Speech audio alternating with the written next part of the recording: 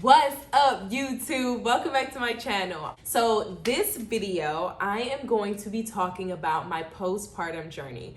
I uploaded my labor and delivery story and all those different things, so please go and check that out if you haven't seen it. But now this is the postpartum side. So I am going to start with me being in the hospital and so on to where I am now 3 months later. So let's get into it. Alrighty, so I delivered my beautiful, healthy baby in July. It is now October, so she is 3 months, which is exciting. She's growing every single day, and it's so exciting to watch. But my story really, my pregnancy was really smooth, and I would say my labor and delivery was smooth. It really started making a shift when the postpartum came. And that is, post-delivery, even on that same day, I was still in the hospital. So for starters, my daughter was 8 pounds, 6 ounces. I did get that epidural.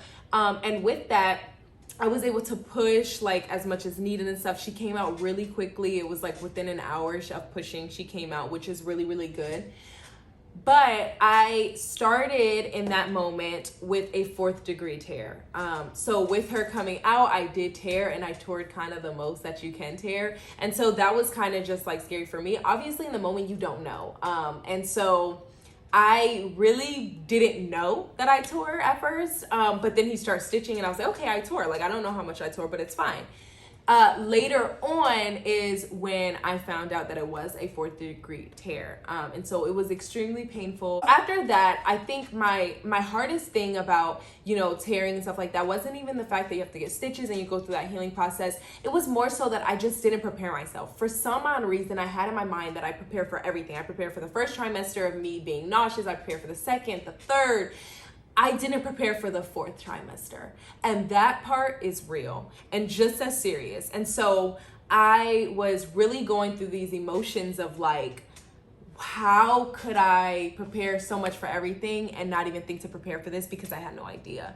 And so I didn't have any items. The hospital gives you items and stuff, obviously, for postpartum, but you got to go buy some and stuff. And I just was I had wished I prepared. And so in that moment, I felt so just stupid in a way, because I like to be prepared. And although it's not that serious, but obviously you're dealing already with just the stress of everything, And so you're running on no hours of sleep, you know what I mean? You're adjusting to being a new parent and figuring out exactly okay, what are my baby's needs? Okay, the baby's crying, what does it mean?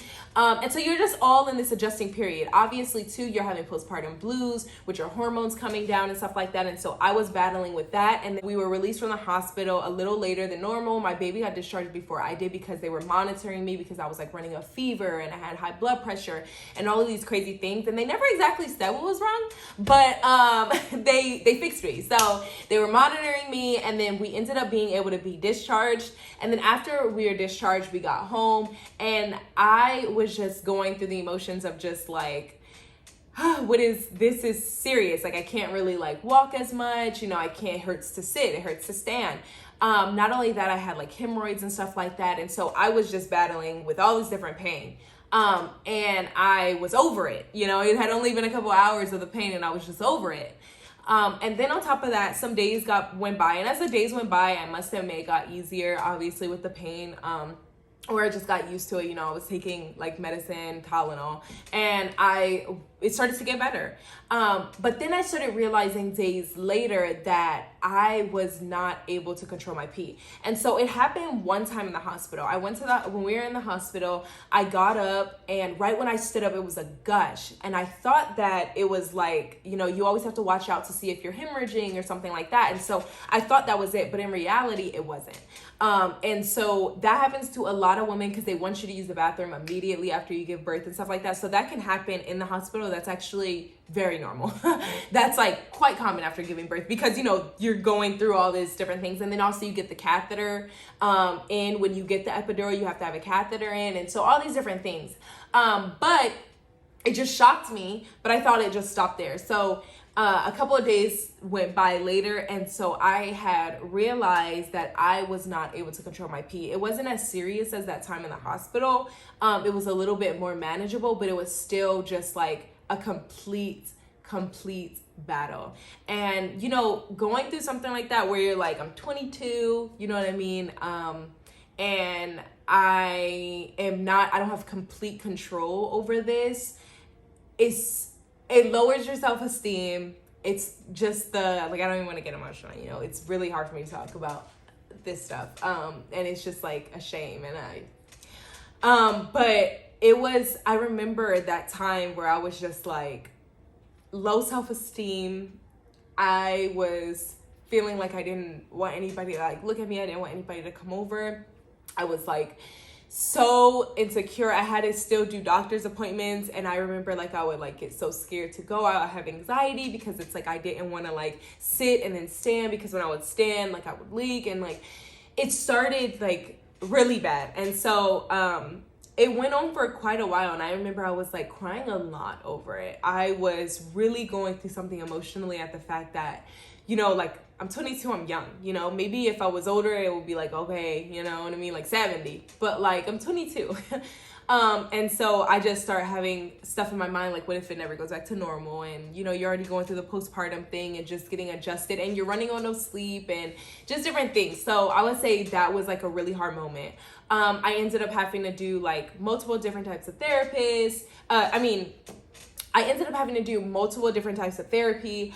I went to go see like a urologist. I was just really battling this. I was having doctor's appointments so many times because I'm doing the normal after birth checkups. I'm doing the urologist checkups, like all these different checkups. And so it was just like so emotionally draining. I'm doing her doctor's visits. So I just felt like I was always at the doctor's. And basically, they recommend like Kegel exercises. And so I start trying to do like Kegel exercises and figure out that whole thing. And so Kegel exercises, I do recommend. I'm hoping that there's still, now that it's 3 months later, I still in a way battle this. And so I am hoping that there's like a end all be all solution that I can find, because I really just want it to completely just be in my past. And I know that's easier said than done. But I just learned over time to just, you know, cope with it, and also really work hard to completely fix it. You know what I mean? It's definitely gotten way better. And this happens to so many women. You know, I was doing a lot of research during that time because I was just always on Google. I was always just looking up different studies and stuff like that. And so it is common. After pregnancy, it actually happens in every 2 to 3 women. And so a lot of women might not talk about it because it is embarrassing, but at the same time, it is possible, and it is so much more common than you think. And that's something that I had to just keep accepting for myself, is like, this happens, you know what I mean? And look at what I got, a beautiful baby girl. But obviously in the moment I couldn't fully grasp that. So after that happened, I started kind of getting over the fact of like, this is happening, and I just start working on how can I improve it? So I started working on that. And then I randomly one night started experiencing painful, like a big pain in my abdomen. It was even hurting when I breathed. And so for a moment, like if y'all know, I hate the ER. I love the ER and what they do, but I hate like going to the ER. I just hate hospitals and stuff. It just gets me like down and like scared, and I just hate it. And so I was trying to avoid the ER as much as possible, but I ended up going. I seen a doctor, and I had found out that I had diastasis recti, which I will insert the definition of diastasis recti, but really diastasis recti is where your abs split, your abdominal wall splits. There's nothing that you can do to fix that, and that's why a lot of times you'll see like on social media, people will be like, oh, are you pregnant again and stuff, and it's like, no. It is diastasis recti, so it does make your abdomen look a little bit more swollen and out there than a typical person. And so that was another thing I had to battle with, like, oh, you know, like I have this new body, you know, and I have to accept this. I went from being 100 pounds to 100, well, when I was pregnant, 170, but when I gave birth, 140, you know, so I had to accept just like, and 140 isn't a lot, but when you're used to a certain figure that you see, or your body a certain way, and then your body changes, it is an emotional toll because you're not used to that new body, and you have to get used and find that confidence in that new body. And so I was battling with that. Like, okay, I found out I have this diastasis recti. That means like, okay, what do I do to improve it? And they were saying like, you know, abs don't work, like ab work doesn't work. But there are different workouts and stuff like that that work. So I start, you know, going on TikTok. I started researching and all these different things. And so I was going to plan to start working on that and working on my body and just kind of getting that confidence back. But then I also found out that I had 2 hernias. So I had an umbilical hernia and I had a ventral hernia. The umbilical hernia is very common. A lot of people end up having an umbilical hernia, which is basically a hernia on your belly button. But the ventral hernia is the one that was severely causing me pain, and it was very big in size. And so that happened because of labor and delivery and my pregnancy, you know, journey. They think maybe I just probably had it through the pregnancy, like I got it during pregnancy and then it got even worse during labor. But I had a ventral hernia, and so I'll probably insert like a picture of what the ventral hernia is and what it looks like. But it's right on top of the belly button. And so it's like I had this big ball on top of my belly button, and I was just going through the pain of that. And so I have found out that I needed surgery. And so my general surgeon, he's amazing. He was like, you might as well get surgery to obviously close both. And so the incision is going to be much more bigger. And instead of it being laparoscopic, where they go in with just like 4 pins, he would have to do complete like open abdomen surgery. So I was like, this is just another challenge that I have. And it was another emotional toll because I felt like I just want to be back to normal. You know, you already give birth and kind of feel like, okay, I don't have the confidence in my body. I'm emotionally just going through so many different things and trying to like learn how to multitask and incorporate this into my everyday life. But then on top of that, now it's like you're constantly at the doctors and have all these health issues in a way. And so I felt like I just want to be back. I just want to feel a little bit like myself. Like I don't want to feel like I constantly have to go to these doctor's appointments or just never be okay. And so I was emotionally going through that. And obviously too, I had never had surgery before. I had never had like anesthesia, like anything. So I was really just like taking that all in. I was really nervous and scared. And one of the hardest parts about getting the surgery was the fact that they had told me that I was not going to be able to hold my baby, cuddle with my baby, you know, really do anything. And so when I don't want to get emotional about it. So that was the absolute, like looking back, that was the absolute hardest part. I was used to holding her all the time, cuddling all the time. When she would cry, I'm right there, as a new mom, especially, you're on it. And so it was hard to be at a place where I couldn't even take care of myself, if it wasn't for my man and the support of him and him being here every day, cooking and cleaning and taking full responsibility and care for her and full responsibility and care for me. Like I couldn't even, as days went on, I couldn't even, shower on my own. I couldn't get up and feed myself. Like I was just laying down constantly. I was in so much pain. Obviously, they give you medicine, and they prescribed like narcotics, like opioids or whatever, the hydrocodone. But I am not into that type of stuff. I was like, I do a lot of research. I am on top of things, and I was like, I'm not taking that. And so I sucked up through the pain. I think I only really took it at the hospital and like once or twice after the hospital. After that, I was just on regular Tylenol, 500 milligrams, the ones that they sell over the counter. And it was painful, but I just took it as it was. And so I battled that for about, I was kind of feeling better after like a week and a half. My full recovery is still in the process now. There's still limitations that I have, but I feel better, which is good. But it was about a week and a half, and then I started experiencing pain, not on my incision site, but on the right of my abdomen. And so it was excruciating pain. I couldn't go to sleep. It was every time I would lay down. I couldn't go to sleep. I started feeling like I couldn't do the breathing again. And so it was just really bad. And one day I had called my doctor. I was like, okay, I can't take it anymore. I let it go on for days, and then it was just like, I gotta call. So I called my doctor, and he had told me like, I'm not supposed to be having pain like that, you know, a week and a half, basically 2 weeks post-op. So he was like, I want you to go to the ER and get a CAT scan. And so I'm like, here we go again. You know, I'm emotionally at this place where I'm just feeling like, okay, maybe I'm almost done. And then it's like ER again, CAT scan. I've never gotten a CAT scan before. I hate the ER. So it was just an emotional day again. So I get to the ER. It's really nerve-wracking because being at the ER is already scary. And then the CAT scan is a really crazy experience. Like, that was pretty scary too. I was like, you know, like this machine is just, yeah, I see why some people get like claustrophobic or different things.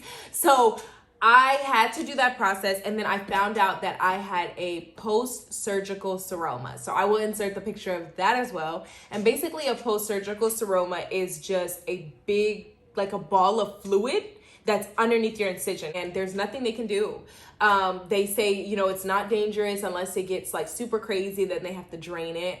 But other than that, it's more so like eventually our body just absorbs it. And so you have to suck up the pain, you have to continue to take medicine, and eventually your body will just get rid of it. And that's just how it is. And so I was kind of thinking in my head, like, oh God, another thing, like I'm dealing with this pain now. I'm back to medicine and taking medicine, you know, every so many hours and stuff like that. And it was just really, really just hard overall. You know, seeing easy pregnancies and labors and stuff from all my sisters, from my friends, from people I know, like I didn't think this was going to be my story.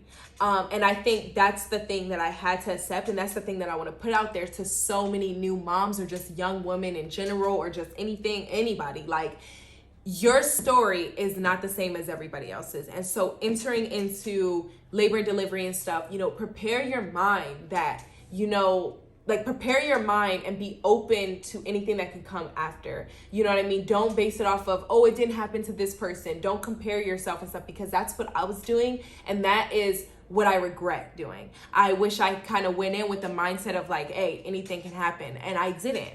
And so really go into that mindset, because postpartum, pregnancy is longer than 9 months. You know what I mean? Recovery is way longer than 6 weeks. Okay. A lot of moms that I hear now that I'm so open and I talk to other moms about my story, they open up about their story. And a lot of them say, you know, they don't start feeling like themselves again until a year. You know, it takes like a year for them to fully feel like themselves, for them to fully gain that confidence, for them to fully be able to do the things that they wanted to do.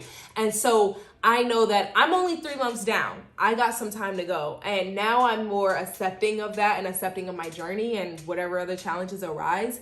But, you know, that is exactly why women, and young women especially, young moms have to communicate and come together and connect and, you know, be there for one another, because it is a very crazy experience. And there's women who really do die from giving birth, and it's serious, and it should be taken serious. And so that is my postpartum journey. I hope that you all enjoyed this video, and please stay tuned for all my future videos, because I have a lot of content coming. So stay tuned, subscribe, and see y'all on the next one. Bye.